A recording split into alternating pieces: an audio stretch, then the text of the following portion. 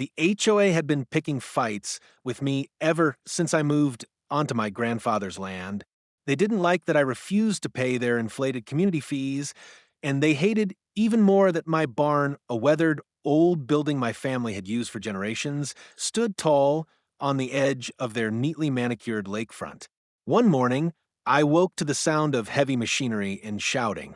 By the time I ran outside, it was too late. The HOA had bulldozed my barn to the ground, claiming it was an eyesore and against community guidelines.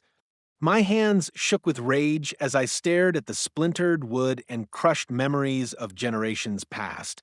But I didn't scream, and I didn't fight them there.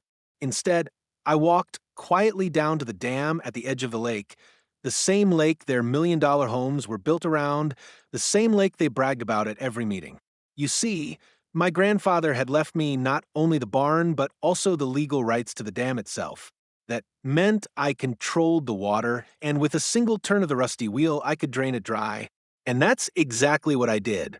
The moment the valve opened, water roared through the gates like a beast set free, and the lake that had once shimmered under the evening sun became a muddy wasteland.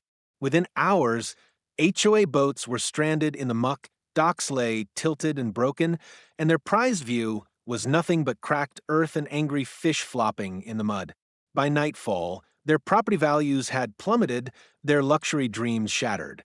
When the HOA president stormed to my gate, screaming threats and demanding I fix the damage, I just pointed at the rubble of my barn and said, "Now, we're even." He had no comeback because he knew I had every legal right. They thought they could erase my family's legacy, but I showed them what real power looks like. That night, for the first time in years, I slept peacefully, knowing the HOA had finally learned a lesson they'd never forget.